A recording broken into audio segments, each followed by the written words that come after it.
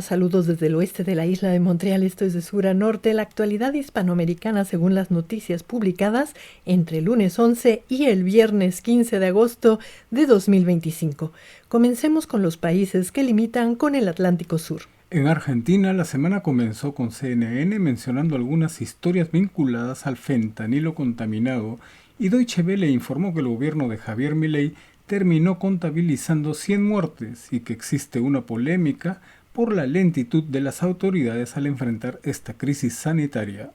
La agencia Xinhua, por su parte, informó sobre un contingente argentino de cascos azules que partió a Chipre para sumarse a la comitiva internacional que amortigua las fricciones ultranacionalistas de las comunidades greco-chipriota y turco-chipriota. Y el martes, Argentina conmemoró los 219 años de la reconquista de Buenos Aires, ciudad que permaneció bajo control británico durante 46 días en el año 1806, según explicó la agencia Xinhua. Finalmente, Prensa Latina informó que subió el costo de criar un bebé o un niño en Argentina y que los argentinos pagan hoy más caro por verduras, tubérculos y legumbres, según datos del Centro de Economía Política. En Uruguay, esta fue una semana marcada por altas y bajas en las negociaciones sindicales en diversos sectores económicos, como informaron la agencia Xinhua y Prensa Latina. Esta semana hubo un paro en la Central Única de Trabajadores de Uruguay y un paro de trabajadores de la construcción, mientras que en el sector pesquero los trabajadores habían aceptado una propuesta gubernamental. Por su parte, el presidente uruguayo Yamandu Orsi conmemoró un año más de la Asociación Latinoamericana de Integración, que hace 45 años integra a países como Argentina, Bolivia, Brasil, Chile, Colombia, Cuba, Ecuador, México, Panamá, Paraguay, Perú, Uruguay y Venezuela. Ahora subamos por los países mediterráneos. En Paraguay, la economía creció 5,2% durante el primer semestre de 2025, según informó la agencia Xinhua, con datos del Banco Central de este país. Y el Departamento de Estado de Estados Unidos firmó el jueves un acuerdo de tercer país seguro con Paraguay, que permitirá que solicitantes de asilo que están actualmente en territorio estadounidense tramiten sus pedidos de protección en el país sudamericano, como explicó CNN. En Bolivia, el candidato a la presidencia, Samuel Doria Medina, explicó su proyecto de 100 días y usó de ejemplo la gestión en Argentina del presidente Javier Milei. La agencia Xinhua explicó que Bolivia tendrá elecciones generales el próximo domingo 17 de agosto, con medidas de seguridad como que todo el transporte nacional quedará suspendido durante 24 horas y el despliegue de 25.044 policías, como informó el ministro de Gobierno, Roberto Ríos.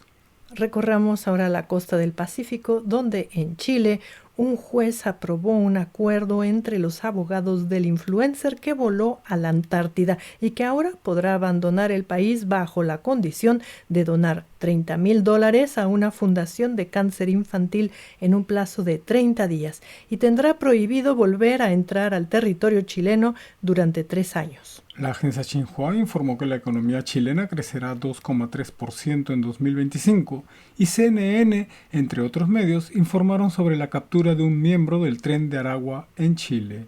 En el Perú, la agencia Xinhua comenzó la semana informando sobre un sismo de magnitud de 5,5 en la escala de Richter en la provincia peruana de Salta, en el departamento de Ancash, al norte de Lima. Y CNN comentó los 20 kilómetros que separan al penal de Barbadillo del Palacio de Gobierno en Lima, donde este jueves el expresidente peruano Martín Vizcarra acompañará a otros expresidentes presos como Alejandro Toledo, Ollanta Humala y Pedro Castillo, como también informó Deutsche Welle. Finalmente, la fiscal de la Nación de Perú, Delia Milagros Espinosa, dijo a CNN que el decreto de la presidenta Dina Boluarte de amnistía a militares y policías es un insulto para las víctimas de violaciones a derechos humanos y una bofetada a las convenciones internacionales que ha firmado Perú.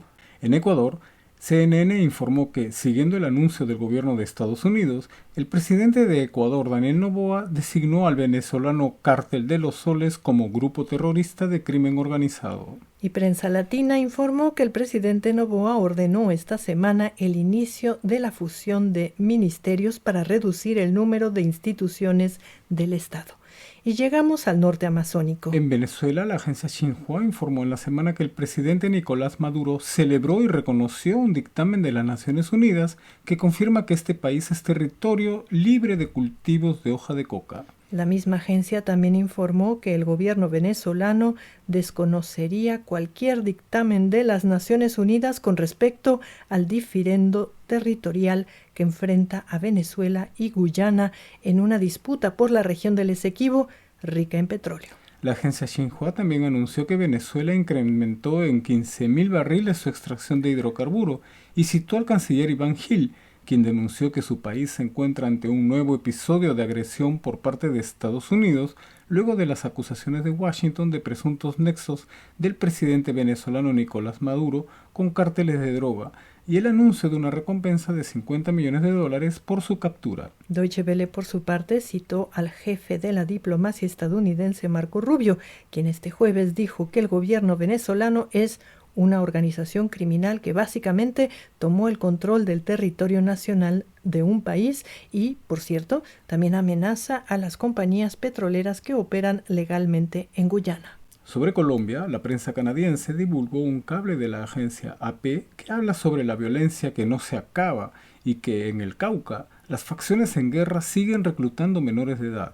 Deutsche Welle informó sobre la despedida al senador y precandidato presidencial Miguel Uribe, fallecido la víspera tras sufrir un atentado que lo mantuvo grave y en cuidados intensivos durante 2 meses. La agencia Xinhua, por su parte, anunció que el presidente Gustavo Petro desmintió un supuesto plan para unificar sus fuerzas militares con las venezolanas en la lucha contra el narcotráfico. Finalmente, Prensa Latina informó que el mandatario colombiano está dispuesto a pedirle al gobierno de Nicaragua que entregue a Carlos Ramón González, un exfuncionario de su gabinete que se sospecha que se oculta en ese país centroamericano. Ahora pasemos por Centroamérica y el Caribe. Panamá celebró esta semana 111 años de funcionamiento del canal interoceánico, como informó Prensa Latina. En Costa Rica, CNN sigue brindando cobertura a la solicitud de desafuero contra el presidente Rodrigo Chávez por presunto delito de concusión y donde Chávez niega las acusaciones y asegura ser víctima de persecución política. En Nicaragua, la Procuraduría General de Justicia canceló un contrato de concesión de explotación de recursos geotérmicos a la empresa Momotombo Power Company por un caso de corrupción que involucra varios esquemas de lavado de dinero. El Salvador figuró en un informe de derechos humanos del Departamento de Estado de Estados Unidos que afirma que no hubo informes creíbles de violaciones significativas de los derechos humanos en este país centroamericano, como informó Deutsche Welle. La misma Deutsche Welle también informó que el presidente de El Salvador, Nayib Bukele, anunció el nombramiento de una capitana de la Fuerza Armada como ministra de Educación, y el medio explicó que Bukele dispuso en 2024 que el Ministerio de Educación eliminara todo rastro del enfoque de género de libros y guías escolares. La agencia alemana de noticias también reportó que El Salvador realizará unos 600 juicios colectivos para procesar a miles de presuntos pandilleros detenidos bajo el régimen de excepción vigente en el país desde marzo de 2022. Finalmente, Prensa Latina trató de explicar el caso de 4 meses consecutivos con el Banco Central de Reserva de El Salvador anunciando deflación, mientras que los precios en las calles se mantienen sin variación alguna. En Guatemala, AP informó que una jueza declaró culpables a 6 personas por delitos relacionados con la muerte de 41 niñas en un incendio ocurrido en 2017 en un centro estatal para menores en situación de riesgo que tenía antecedentes de abusos. Prensa Latina, por su parte, informó que los presidentes de Guatemala, Bernardo Arévalo, y de México, Claudia Sheinbaum, se encontraron este viernes por primera vez desde sus respectivas llegadas al poder y conversaron temas vinculados a la seguridad fronteriza. Y llegamos al norte, donde el gobierno mexicano acusó a Adidas y al diseñador Willy Chavarría de apropiación cultural por su modelo Oaxaca Slip-On, inspirado en huaraches artesanales oaxaqueños, como informaron CNN y otros medios. El gobierno de México envió a Estados Unidos a 26 capos de los cárteles Jalisco Nueva Generación y de Sinaloa. Y Deutsche Welle informó que Cárteles Unidos y los Viagras ahora se suman a los grupos sancionados por el gobierno estadounidense. Y habiendo inaugurado la Conferencia Regional sobre la Mujer de América Latina y el Caribe, como informó la agencia Xinhua, la presidenta Claudia Sheinbaum anunció la captura de Carlos Treviño Medina, exdirector de la compañía estatal Petróleos Mexicanos, que será deportado a México para enfrentar cargos de corrupción, como explicó CNN. CNN también difundió un cable de AP donde comenta que el FBI devolvió este miércoles una página manuscrita y firmada por Hernán Cortés que alguien la robó de los archivos nacionales de México. Y finalizamos con el dato de la semana.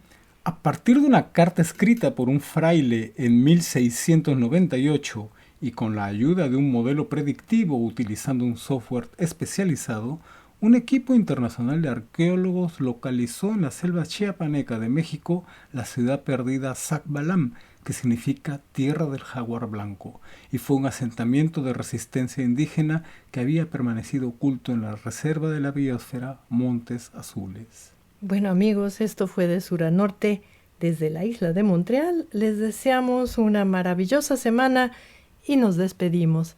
Hasta la próxima.